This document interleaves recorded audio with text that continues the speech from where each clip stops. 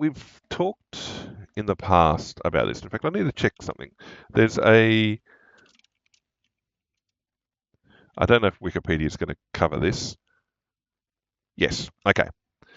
So if people aren't aware of it, there's a thing called Coulter's law, and may not be a generic law. It's a bit of an, it's talked about more often in conservative circles than liberalised circles or anything like that.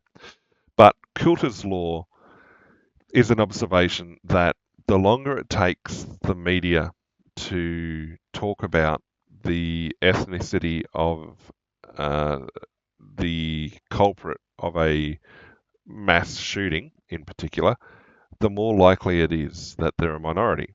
In the case of Coulter's law, generally black. And there was a bunch of articles. I mean, Victoria banned machetes, and we talked about this the other day about whether they're trying to ban the symptom and not the cause, and why these machetes or why machete crime was a thing amongst the youth. But there was a position taken by the government that you shouldn't talk about it in terms of crimes by youths of certain ethnicities. You can't say it's African gang crime. Yet, and so the reporting tended to then trend towards Coulter's law. You had these articles about a teenager attacked by a gang of assailants ends up with massive knife wounds. Wait about a week, 2 weeks, and eventually it comes out that they were a migrant from Africa. They were part of uh, youth gangs. Maybe not an official gang, maybe not a criminal gang, but certainly a group of like-minded and youths that shared a common ethnic background. So basically, forming to provide a bit of consistency and look out for each other, sort of thing. There was a rather sad attack over the weekend, in the last week, where two teenagers, 12 and 15, were brutally attacked by a gang of assailants with machetes and sadly died on the street. The article came very, very quickly after. Oh, no, we've banned machetes. Yep, good job, Victoria. Quite clearly it's worked. But it took a good 4 days before it arrived what the ethnicity of these teenagers were. And the suspicion straight away was that they were um, African migrants at some point. Now, they may be second generation Australian, or they may be migrants, they may have been economic migrants, they may have been refugees from places like Sudan. Those sort of details haven't come out, but it's almost immaterial at this point because the direction youths go in Victoria seem to be towards um, like-minded people, and for a while it was within the Sudanese community, because apparently, the reporting was that when Australia took in the refugees, they'd inadvertently brought some tribal conflict with them. Sorry, Australia had inadvertently brought in different regional groups, ethnic groups, tribal groups, and they brought their issues with them. And so you suddenly had teenagers with a lot of time on their hands with access to big, sharp, pointy things, and they took to resolving their differences on the streets of Victoria. Uh, it's not uniquely an African immigrant problem. There's been, well, lots of people poked with sharp, pointy sticks in Victoria, but uh, it stands out when it does. And it seems that they're sadly vastly overrepresented in what goes on. Now, Victoria certainly runs a lot of welfare programs, not well welfare in a yep, the welfare programs, the social support networks, with the boys that passed away here. At least one of them was involved in community sport, They were both apparently active in the community. So it's not a case of they'd removed themselves from society and had a focus on being violent to each other.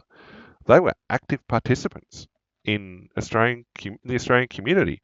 So in terms of, let's walk it back a couple of weeks and look at the protests about immigration and things like that. Here are migrants who've come to Australia. They've integrated into the community. It looks like they're doing their best to make a forward push, but they've met a very violent end because it appears that the issues that they tried to leave behind have followed them here. And to pretend that that's not the case, or to pretend that there is not, it doesn't contribute to the rather violent and brutal outcomes, I think is dishonest and unfair to those who've suffered the violence. Banning machetes isn't going to stop them trying to kill each other. They're going to find another way to do it. They're going to resort to blunt instruments. Then you're going to ban sticks. You're going to be left down to hands. Then they'll just beat each other to death. There is a bigger problem than just having access to machetes. I know Victoria's kind of, well, says they're doing something about it, but the effectiveness of it seems to be limited because we keep seeing um, particularly African migrants suffering as a result of it. Is there a solution? Is there an easy solution? I don't think I don't think what the extreme right suggests of send everyone back, that's not going to fix it. But there needs to be an honest discussion and an honest approach to what is causing this and can anything be done about it? It may be that there are some migrants that we've brought in who just were like, nope, we've brought our historic issues with us. We're never going to let them go. Well, for the safety of their other migrants, they need to be removed from society. Now, does that mean incarceration? Well, I think a lot of these youths are going to find an encounter with the criminal justice system at some point, sadly. In this case, they were victims. But the it makes the previous articles about banning machetes, again, feel like treating the symptom, not the cause. And it took, like I'd seen article after article saying that it was a very sad incident, but it wasn't until the families started coming out and talking that, straight away it was like, okay, now it contextualizes what took place, and there's a bit of CCTV footage of apparently, if not that incident, of related incidences, and it looks terrifying where a couple of people are trying to escape and they're being hunted down by a group that seem well armed. I mean, there's plenty of organised crime and exposure to crime around the place, but yeah, it was sad to see. And when we go back even further to what we talked about previously about communities and infrastructure and support for communities, particularly migrant communities who might end up in lower socioeconomic areas, yeah, big word to say, impoverished areas, they lack the supports, or they bring with them things that the Australian community doesn't necessarily understand or integrate well with. Now, that's not a fault of, it's not saying, they're not trying to integrate. It's just that the Australian community is like, what? How did you not do that before? So when the family started talking up about this, and they spoke to the families involved, friends of the families, and other community members, they're all migrants of some form or another. There were Indian migrants, there were African migrants, and reading the statements that they said and the little bit of background provided, that community has suffered immensely. Not only have the families of these boys lost their boys to a violent act, but family friends had their teenage sons drown. Now, is it because they came to Australia not knowing how to swim? You look at the drowning statistics across Australia, particularly in the last few years, they seem to be migrants and visitors tend to be well and truly overrepresented. It's like people, well, obviously Australians grow up learning to respect our waterways, but you see stories of migrant families that come and just sort of don't understand the dangers of what they're going into and end up encountering dangerous conditions in the water and or end up in a condition where they've gone beyond their ability to cope with the conditions and sadly end up drowning. And the Australians standing by either wouldn't have gone into the water or are fine in the water because of how they've been raised in and around the waterways. And then so the question is there a cultural element to it? Well, clearly there are some cultures in the world who are migrating to Australia for whom learning to swim and swimming in waterways and the ocean are not second nature. They don't have that skilling. So there needs to be, in terms of infrastructure and support services, there needs to be a focus on adult learn to swim classes. Some of these cultures that they bring with them have very gender segregated approaches to things. So you can't have a mixed sex class or a mixed sex environment where they're learning to swim because it's culturally inappropriate for them. Now, some people would say ditch that culture, learn to use the Aussie culture, but we need to respect that whilst they're integrating. We need to respect that and help encourage them to be safe in and around the water, etc.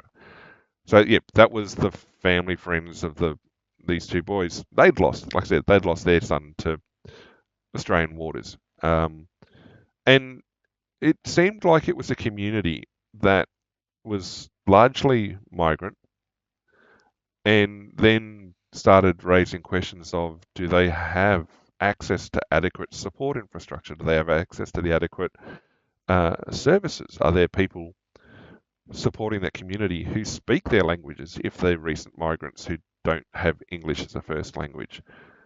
Or are they a community who's managed to get enough money to get into a suburban setup, but that's as far as it goes because the government doesn't know about them. The system hasn't managed to catch up with them. So yeah, it was sad to see, well, that this took place. Firstly, that this took place. Sad to see that Coulter's law seems to apply here in Australia as well. That was disappointing to see.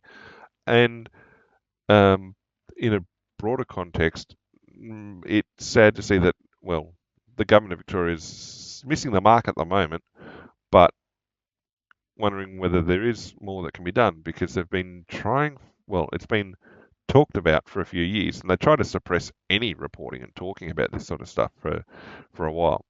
So it would be, I mean, it'd be awesome if it went away in terms of as a problem and everybody was happy in society and we all sat around and sang Kumbaya. That's not how reality works. But it would be nice to see them able to live in society without fear.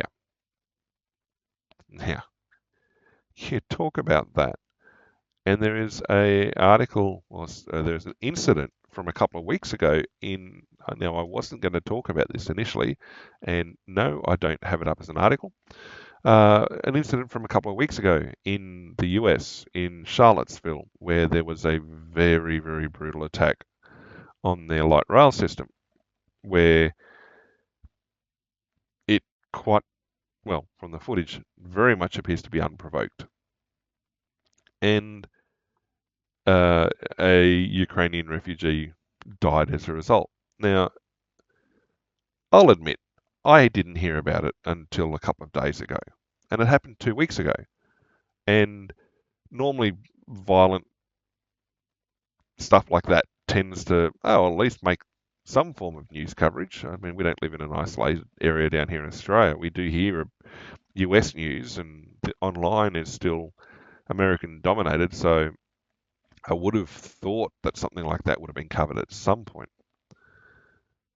And again, Coulter's Law, who was the alleged, it's on CCTV, perpetrator, and then it's unkicked over a can of worms, and almost at a point, it's almost the incident itself is almost immaterial now. It's the broader approach to, covering news on crime. It's judicial oversight. It's encounters with the criminal justice system and the how it handles repeat offenders. It's dealing with the Ukraine-Russia conflict and how you deal with refugees. It's pushed a whole bunch of things. Media reporting, not just media reporting, but apparently coordinated media reporting. So you just need to go and look on Twitter, for example, because Elon Musk it's gotten under his skin as well. But you've got, again, largely conservative commentators pointing out that none of the major news organisations, media outlets, covered anything about this incident. Yet they were happy to put article after article after article about a white man choking out a black man on the New York subway because the white man had perceived the black man to be an aggressor and was protecting other travellers. And that then acts as a counterexample to reporting on this incident in Charlottesville. And it's like, well, if you want to be not just fair and balanced, I think that was what the Fox News tagline for a while, at least consistent in your reporting. We know you're not fair and balanced. Everybody's got an ideological slant. But at least be consistent in your reporting. Be honest. Just report the facts, if nothing else. We're not asking you to give us a monologue about why you feel people should be allowed to stay out of, repeat offenders should stay on the streets, or why they shouldn't, or whatever you feel about maybe light rail should be banned, all that sort of stuff. Look, we don't care about that. Just report the facts. It's an incident of historic record. Report the incident, move on. Okay?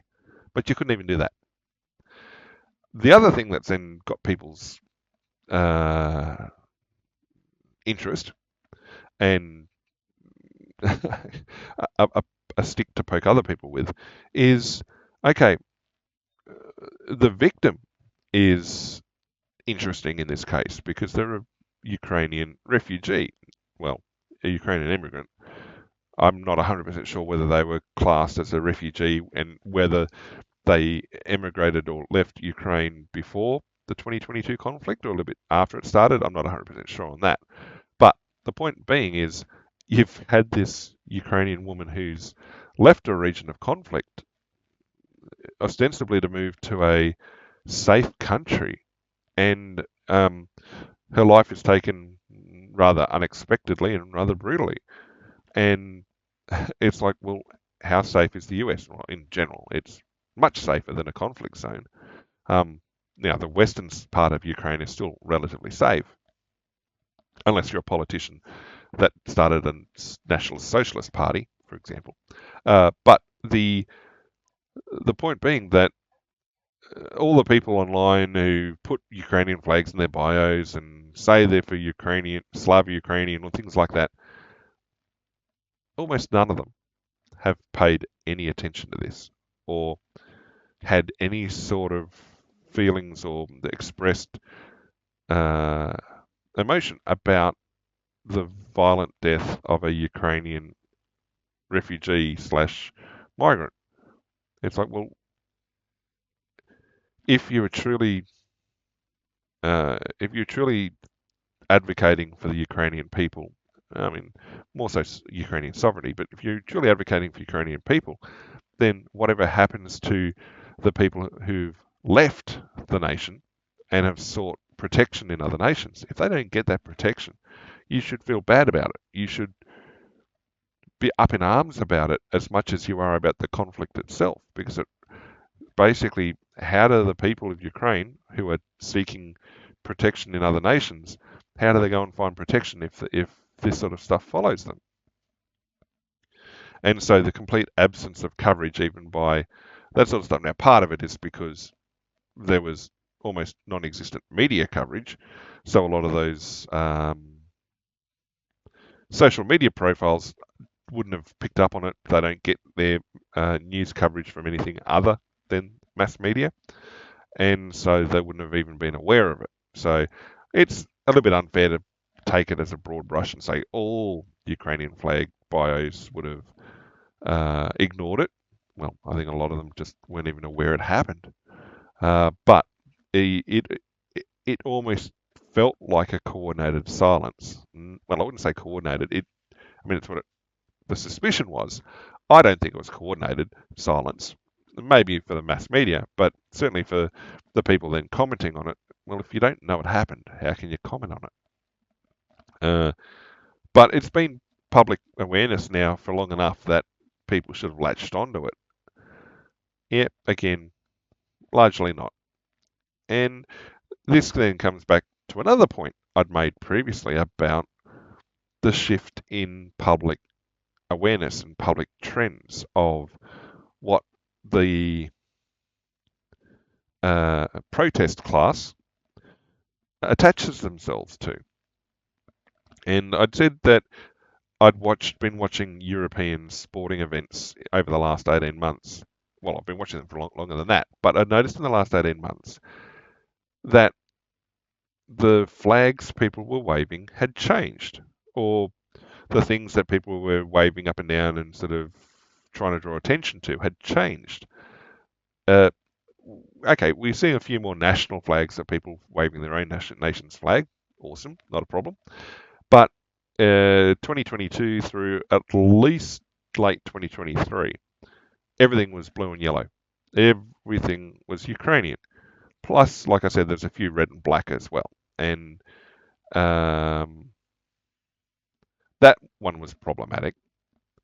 I don't think the protest class, well, they probably did agree with the red and black flag, even if they didn't know why. But the problem was it was making Russia's point for them. But you can't hide from what people are, or the history, or why that flag exists, etc. But anyway, that's a discussion for another day. What's changed in that last 18 months, 2 years, has been these third-party flags being waved. All of a sudden, it seemed like Ukraine stopped. Was it aligned with the US election? I don't think so. I mean, it was happening before that. And the Palestinian flags arrived. I mean, obviously, it certainly aligned with October 7th, 2023. That was a big shift, and there was a lot of, obviously, back and forth about waving flags for different people then. And like I said the other day, the protests in favour or against Palestinian statehood, they've been on and off since the 70s. This fundamentally isn't anything new. What's new is the fact that the Israeli response has targeted such negative coverage and such sustained negative coverage. But the shift had been away from these Ukrainian flags to Palestinian flags. Now, people can hold more than one idea in their head at one time, but it seemed like a lot of these protests from the protest class were single issue.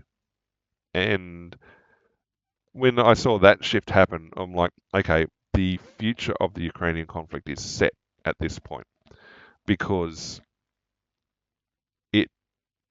it seems that once it falls out of public consciousness and public awareness, that, well, anything can almost happen on the battlefield or in the region, and people stop caring about it. Not that what some random person in Europe waving a flag at a protest was going to have much of an impact on it anyway. I mean, you just look at Iraq 2003 as an example of that. There were tons of protests for that, but the powers that be at the time just went, yep, we're doing it anyway. So, and the same with Occupy Wall Street. That got redirected. In fact, a lot of the protests now seem to be out of that same Occupy Wall Street mob back in the day. But yeah, it was telling. So, big article,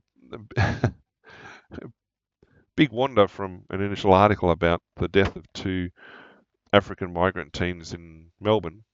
Again, sad to see that it happened. And hopefully that community finds peace at some point.